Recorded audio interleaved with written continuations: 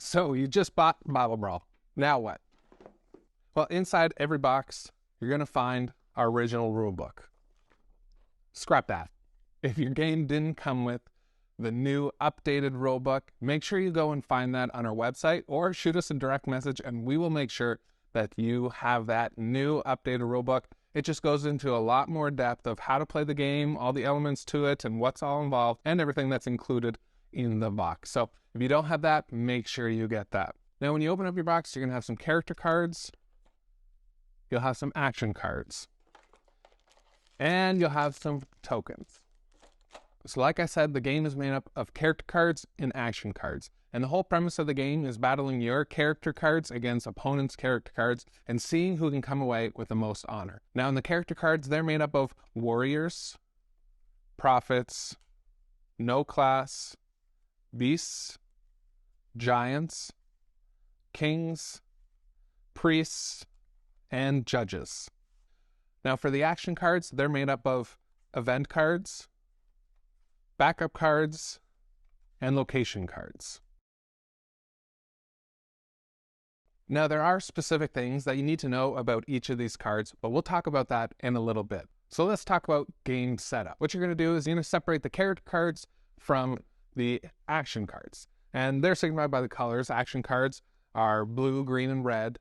And character cards are all the white background. So to set up the game, give your character cards a great shuffle. Mix in any expansion packs that you may have purchased. And then deal 5 cards to every player.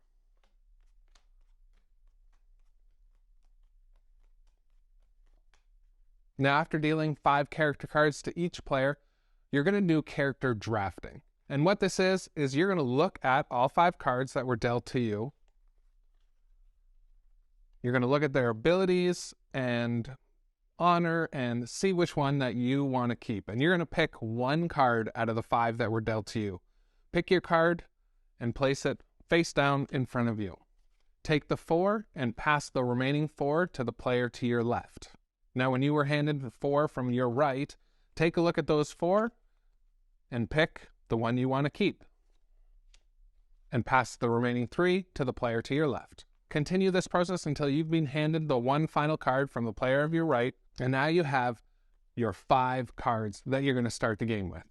This is an important step to take because this evens out the start of the game, so definitely don't skip the character draft. Next, you're going to shuffle up all of your action cards, get those all in. Again, include any of the extra action cards that you have from any of your expansion decks. And you're going to deal 2 to each player. Now each player should have 5 cards in their hand, 2 action cards, and it's time to set up our battlefield. What we need to do is create a recruitment line and a marketplace. The recruitment line is taking the remaining character cards, and you're going to flip over 4 face up. And then your marketplace, you're going to take your action cards and do the same thing.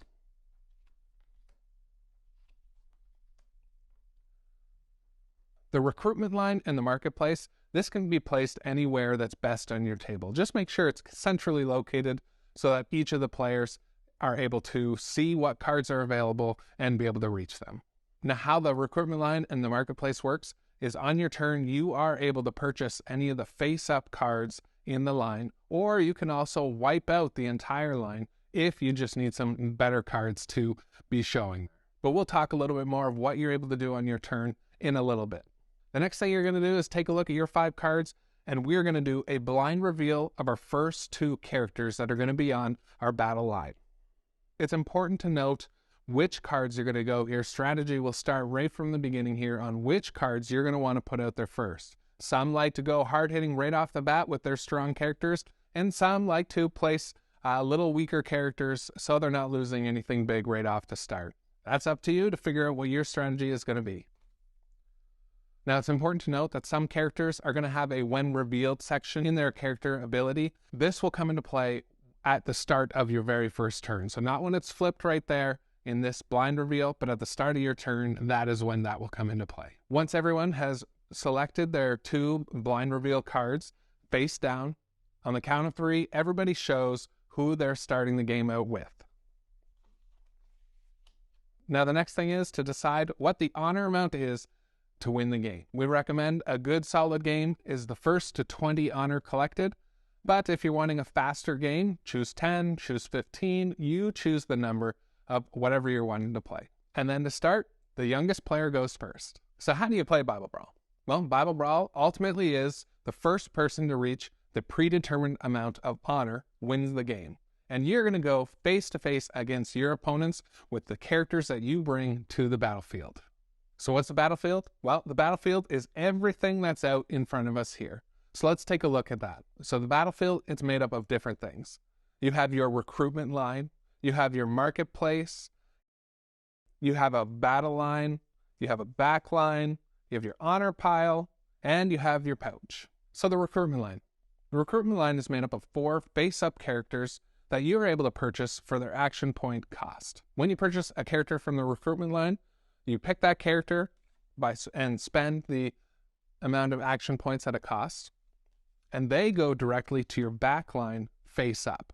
Now, these characters, they have to stay in your backline for at least 1 turn. So by your next turn, they would be able to come to your front line, but they don't have to come to your battle line. Once you've taken one of the characters, then you would flip up so that there's always 4 characters in the recruitment line. The marketplace works the same way. The marketplace is 4 face-up action cards, and these cards are purchased in the same way. They're purchased by using the action points on top. Now, how these are a little different are these cards go into your pouch when you purchase, not into your hand, into your pouch. So you spend the action points on top, the 3, and it would go directly into your pouch. They also can't be used until your following next turn. Now, at the start of that turn, you can use these action cards for 0 cost because you already paid for them when you purchased them at the start. Now, there are some defense cards that could be used before the start of your next turn. If someone was to attack you, you are able to use that defense card then. And then make sure you flip up the next action card and refill the marketplace. Now, like I said before, you are able to also wipe out one of these lines. You can spend 3 action points to eliminate all, throw them in the discard pile, and then put 4 brand new face-up cards. Now, we have our battle line. The battle line, this is where all the battles happen. Characters move from your back line forwards into the battle line. No cards from your hand can be placed directly into the battle line. They always go into the back line and then up to the battle line. Now, there are some cards that do have an ability that say they can be played right away to your battle line. So make sure you're always looking at your character's ability to see if they're able to break the rule. Now, it's the characters in the battle line. These ones go to battle. So any of the ones that are in the battle line, they are free game for people to attack, and they're free game for you to attack with at the start of your turn. Now, there's no cost to move a character from your back line into your battle line. And a character can go to battle the same turn that they're moved into the battle line. Now, we also have the back line. The back line is, like I've been saying, this is where all the characters go to on their way to the battle line. You can place a character from your hand into the back line face down for 1 action point. And there's a max of 2 characters that are allowed to go into the back line per turn.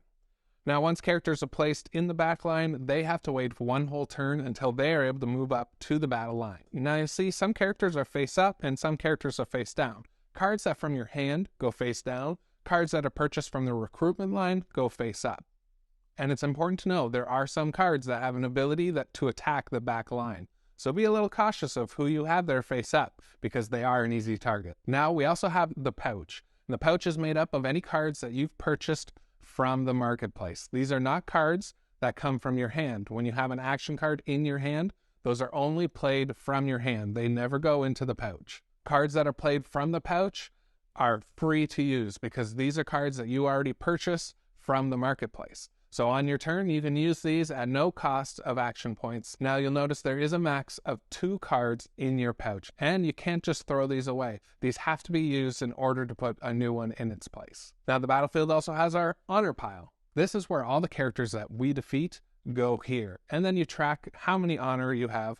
And like we said, it's the first one to whatever the predetermined amount is. Our recommendation is 20 for a good solid game. But for a quick game, make it 10 or 15. Now, it's important to know that these playing mats are not included in the base game of this, but you can download a printable version of this playing mat and use that, and we'll also be looking at adding more of these into our store. Now, the last part that makes up the battlefield are the cards in your hand. You're going to have some character cards and some action cards. Now, cards from your hand, you have to spend the amount of action points that each card is worth in order to play them however you're going to play them. And like we've said, character cards go into your back line, and action cards, they're played directly from your hand, and again, don't go into your pouch.